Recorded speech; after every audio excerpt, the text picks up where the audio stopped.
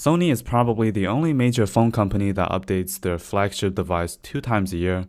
Earlier this year, I reviewed the Sony Xperia Z2. It was an excellent smartphone. So in this video, I will be reviewing the Sony Xperia Z3. It's quite similar to the last generation, but with a few upgrades. I'll be talking about some pros and cons and my overall experience from using this device. Let's go ahead and get started.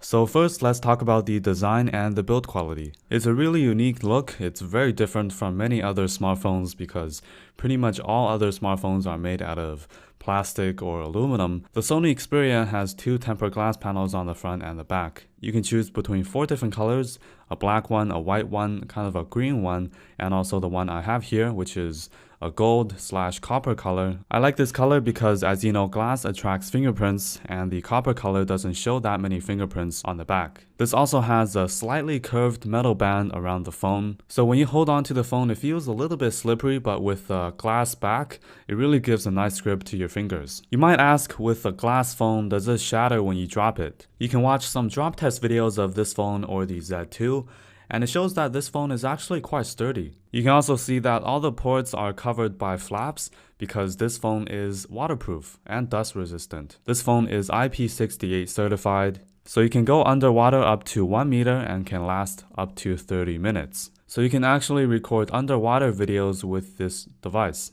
On the side of the phone, you can see that there's a dock connector, so you can connect your device to a magnetic charging source, such as a Sony dock or any third-party docks. This does have a micro SD card slot, so if you run out of internal storage, you can insert a micro SD card up to 128 gigabytes. Another great feature on the Xperia Z3 is that this has a dedicated shutter button. So I can actually hold on to this button right here, and this is going to act as a shortcut to the camera application. And I can use this to focus and take pictures. Now moving on to the display or the screen quality, this has a 1080p HD screen, 5.2 inches at 424 pixels per inch. So it's quite similar to most other high-end flagship Android devices with a 1080p HD screen. So the resolution is very high, so there's no need to worry about the clarity of the screen.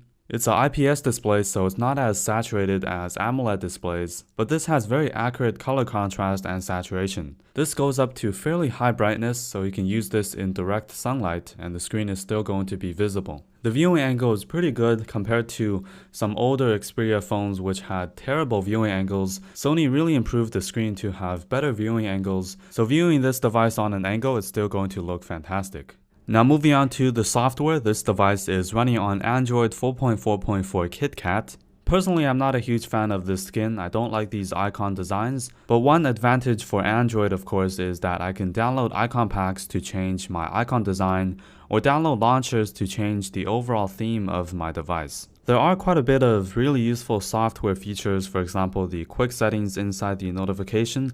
I can edit and add more toggles into this panel. This also has a nice multitasking app switcher. At the bottom, I have the option to open up small windows of applications. So for example, I can open up the browser application and also the calculator app at the same time. So this is quite similar to the Samsung multi-window feature that you can find in Note devices. With the Sony Xperia launcher, I can also change to different colored themes. So I can change to blue, green, orange, purple, red, or white. And with the Sony launcher, it does have some elegant animations that fits very well with the phone. Now the specs of this device is of course very high-end.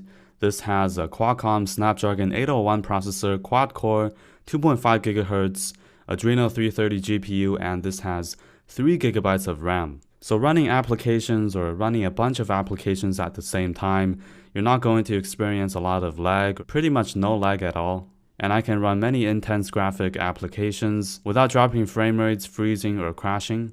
So after using this device for a few weeks, I have not experienced any crashes, and the overall performance of this phone is excellent.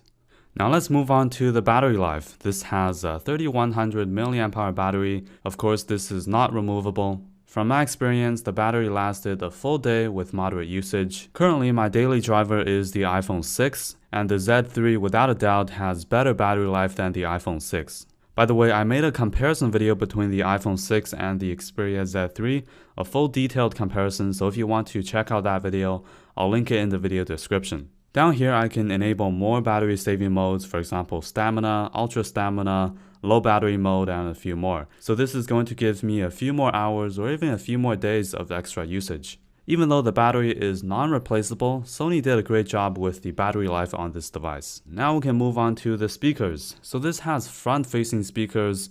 Of course, it's not as good as the HTC One boom sound speakers, but it sounds much better than most other smartphones with the speakers facing downwards or facing back. Thanks a lot for watching, and I will see you in my next video.